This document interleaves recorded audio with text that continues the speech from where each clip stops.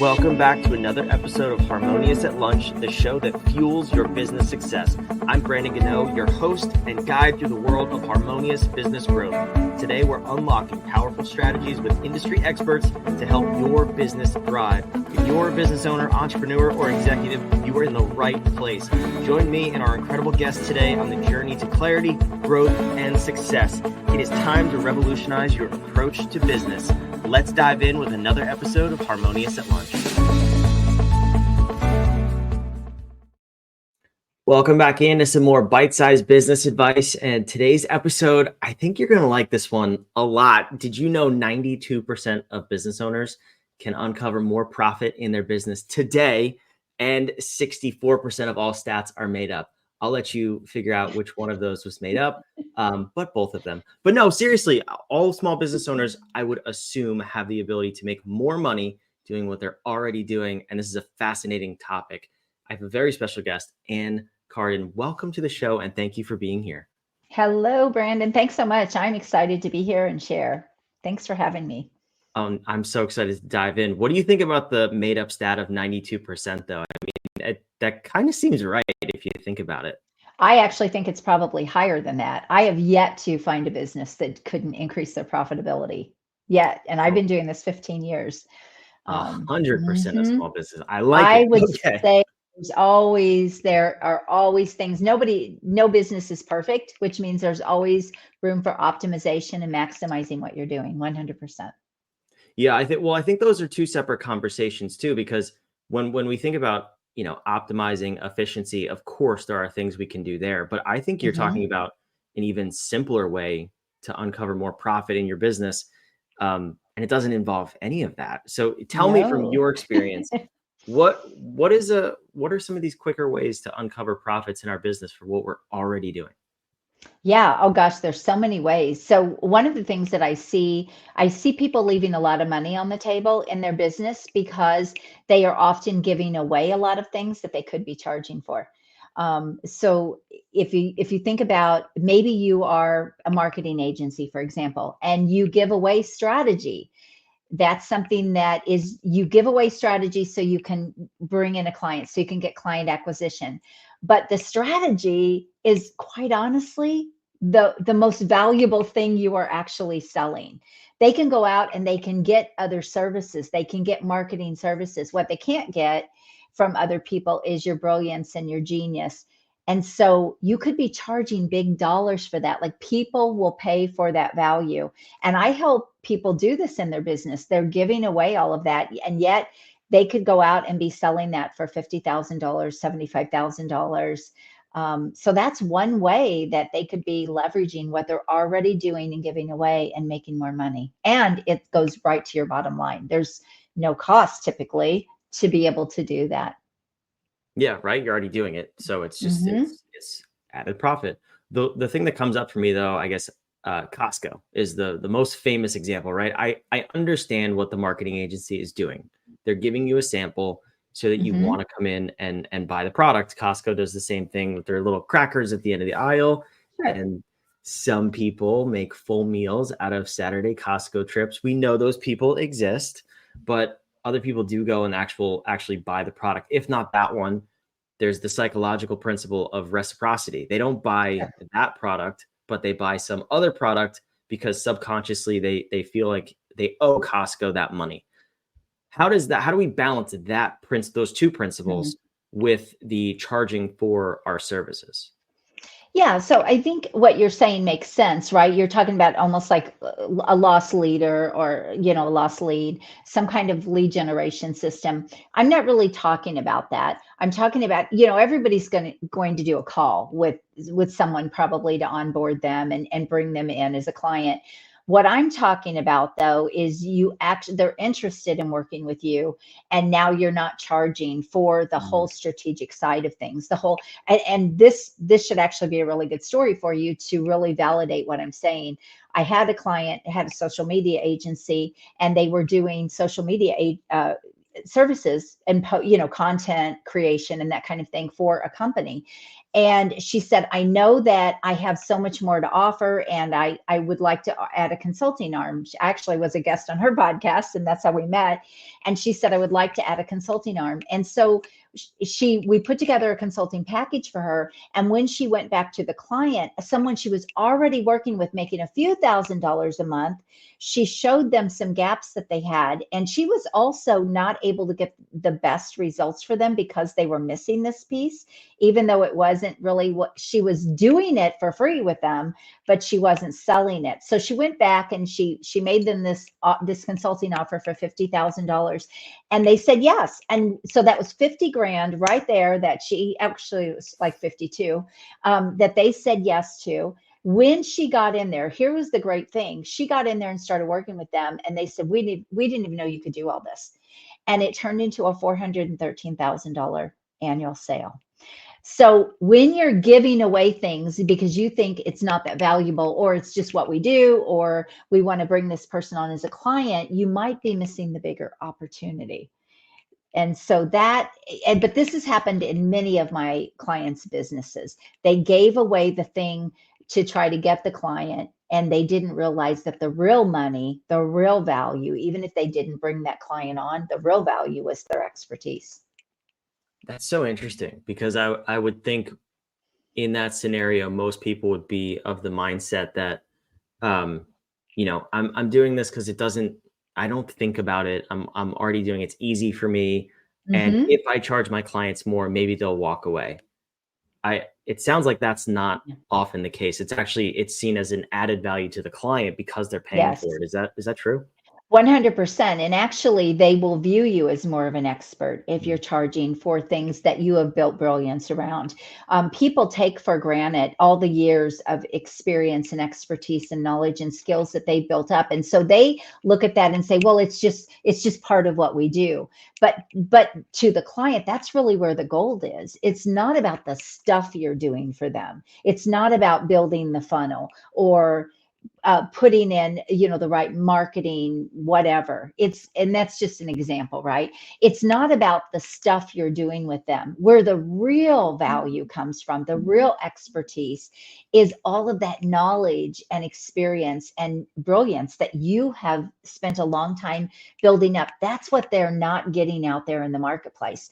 That's where they're not finding people that are experts. So then price becomes an object. But if you can, from the very beginning, show people this, really the value that you can bring to them, and you're charging for that versus just giving that away like everyone else, you're already going to be putting yourself at the top of your industry, at the top of your niche. And it's just something people are really afraid to do. It's all in how you create the sales process and that sales conversation. Of course, there's some moving parts to this, but it's something a lot of people don't even think about doing. So that's why we're talking about it. Yeah, I love it. And I'm also thinking, that's a great example, but you go into companies and you help them identify where some of these hidden opportunities could be. What else Mhm. are you looking for, whether it's service-based, business, product-based? I don't know if you work with a mix of people, but what are some of those key markers that there's a profit to be had? Yeah, I think there's a lot of different areas you can look at. So when I did this for a lot of years with small businesses, I would go in and we would look at here's another example talking about what you could charge for that you don't. So years ago, this was, I don't know, 15 years ago, I worked with a plumbing company, and they were using service calls as a loss lead. Okay, if we go out and we do a service call and we give this to people free, we're going to get more calls, but every call that they went on was costing them $25 and $30. And all the money that they were leaving on the table by not charging. Now, again, this was 15 years ago. But one of the things that we did was we put a service call fee in place, and that was refunded back to the client or the customer if they decided to hire that company once they came out. If they didn't, they just paid for the service call and moved on. And what they got was more serious people. They got people that were more serious, had the money, and so they got better customers. So that's another example. But there are a lot of other places that I can look at too. What is your close ratio for sales? Are you upselling? That's another thing. You're already in front of a client. Are you upselling? them? Is there something else they need that you could be selling to them? And it's not taking you any more effort or work. You're already in front of them. Going back even to clients that you've worked with in the past, what else do you have that they might need? And so these things sound basic, but believe it or not, they're really missed in a lot of businesses. So being able to close more sales, you've already spent the money trying to get, the marketing done, right? And generating leads. Why let those leads fall through the cracks? So that's another area. A lot of times people haven't even leveraged their pricing. They haven't raised their prices in a very, very long time. They haven't shifted anything. Just that alone, I mean, think about it. You increase your prices by even 10%, which is so minimal. It's not going to be enough that it's going to make a difference in most cases to the customer, but that's at 10% to your bottom, 10% more to your bottom line. So it's all of those things. Upsells, price increases, charging for things you were not charging for, those increasing your sales, closing, those are some of the main areas.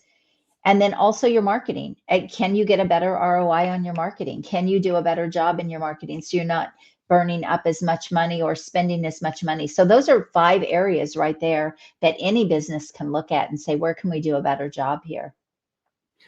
Yeah, I'd love to hear your take too on the raising prices one, because that's one that I get pushback on all the time from clients. Mm, It's there's mhm. some mental emotional block around charging more for their service, or charging more for their value. I don't know what it is, but that seems to be a sticking point for most people. How do you approach that conversation and help people understand that they're doing themselves, but also their clients a service in the end? Mm. Well, first of all, I help people raise their prices by 3 to 10 times, sometimes 20 times. That is what I do in my business as a big part of driving revenue. And there is a mental block sometimes, but here's what happens. It's because they don't fully understand the value that they bring to the market. So they don't understand what this is worth to the market. So have to walk them through that process.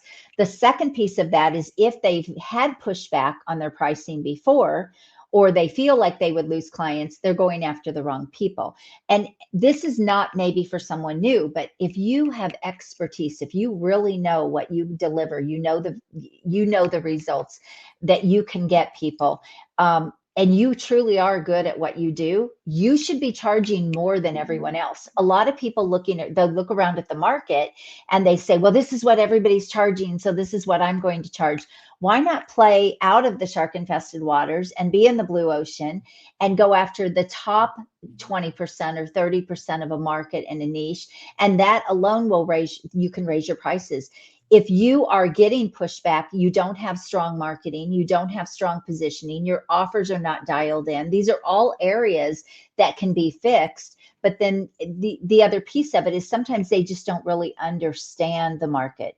A good example of this is I remember the first time 15 years ago, I heard my very first coach that I hired say, if you don't have a $50,000 offer, you can't sell it. And I thought, $50,000? Are you kidding me? Like, who would buy that, right? I wasn't exposed to it. I didn't understand it. I had no idea. Years later, I'd be helping people do this all day long. And so if you don't really understand the value and you don't really, you're not exposed to that, obviously you won't do it. But when when I walk my clients through that process and they go out and close a big sale, they come back and they say, I could have probably doubled that. I could have made a lot more. It's all in how you're putting the pieces together.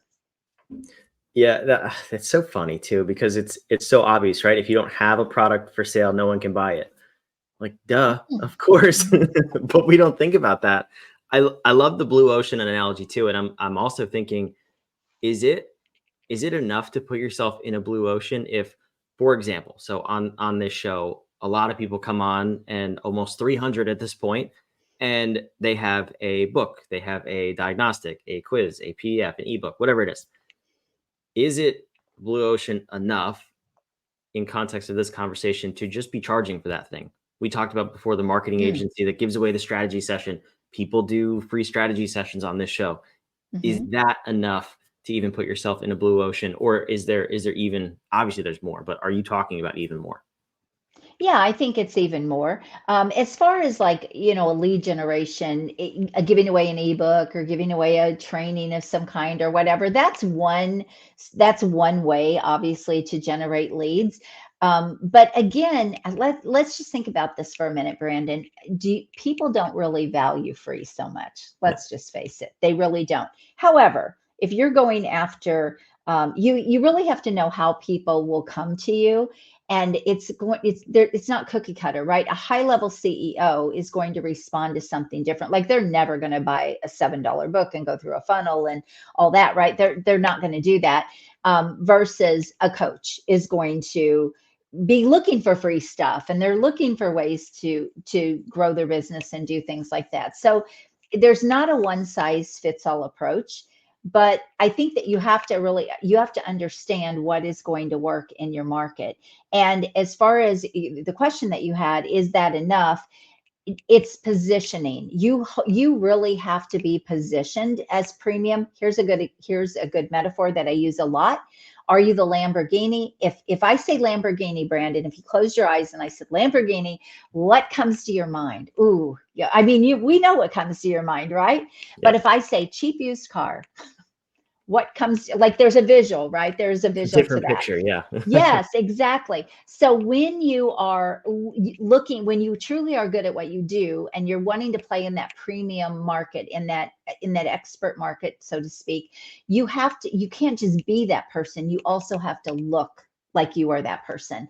And that comes down to a lot of things, everything you're doing. How are you building influence in the market? If I go out and Google you, what will I see? Will I see congruency, consistency in what it is you say you're an expert at doing? Will I see social proof? It's all of it that comes into play. And a lot of people try to be an expert, but I can go Google them and I'm like, not really seeing that, right? And so what it does basically is it lowers their credibility. It doesn't raise their credibility. But we're in oh my gosh, the tools and the resources that we have today that, I didn't have 33 years ago building businesses. It can really help small people play at a top level with big companies, because we have so many resources and tools available. What you really need is a great strategy behind what you're doing so that you can accomplish what you're trying to accomplish. So, Absolutely. I love this. I mean, look at this right here. This is one of those tools, right? yeah. Podcast, guest appearances, blog, Hmm. interview, whatever it may be. The tools are uh, infinite. Endless. Yeah, it's unbelievable. Yeah. Um, and I love this conversation. This is it's a unique take on something that, like you said, it's right under your nose, right? All Hmm. business owners, we can make these tiny little tweaks and add more to our bottom line. And how much easier Yeah. is that than having to worry about making more sales or getting more leads? It's Yeah. potentially Yeah. right under your nose. Yeah. I mean, I believe everybody can have something that's premium that they can sell. And I teach people a top down approach. So you're going to position yourself for the high thing. You're going to position yourself for the best clients. You're going to position yourself to sell your biggest offer. And then everything else, it doesn't mean that's all you have. Everything else can be a downsell. Do you know how much easier it is to downsell people, Brandon, than it is to upsell people? It is way easier. Okay, you can't buy my $100,000 thing. Guess what? I have this, or I have this. And so that's the way I teach my clients to build. I help them back build, and not a lot of people start low and then, oh, let's start down here and then let's, ascend people. I teach the opposite approach. But you have to get positioned that way so that you do look like the Lamborghini. So when people come to you, they know you're not the cheapest thing around, and they know that you are but they also have this perception that you're probably the best. Best quote I ever heard: if you're the cheapest, you're not going to be the best, and if you're the best, people would not expect you to be the cheapest. And I think that's such a Yep. great, I don't even know where I heard that, but it's so true. Well, I heard it here. Credit to you. And I did not come up with that individually. I don't know where I heard it, but it's so true. It is just yeah. so true. No, I love it. And this is fabulous. Where can the listener connect with you, learn more about you, and and see how you can help them grow their business. Yeah, well, you can Google me. You can go to my YouTube channel. You can find me on LinkedIn. I have all kinds of stuff out there, but I have some free resources on my website. Or if you'd like to book a call because you like what I'm talking about, you would love to do something like this, go to acarden.com and just book a call with me, book a strategy call. We'll get on there. We'll see what your opportunities are and talk about how we can work together. I love it. And thank you so much for being here. Thank you. It's been a pleasure. For those of you watching, listening, wherever you are, first and foremost, all of the links, every way to connect with Ann down in the show notes and description below. And subscribe. Hit that red button, please, so we can have you back tomorrow on the next episode of Harmonious at Lunch. We love putting these episodes out 5 days a week so we can help you build a more harmonious business and life. We'll see you tomorrow.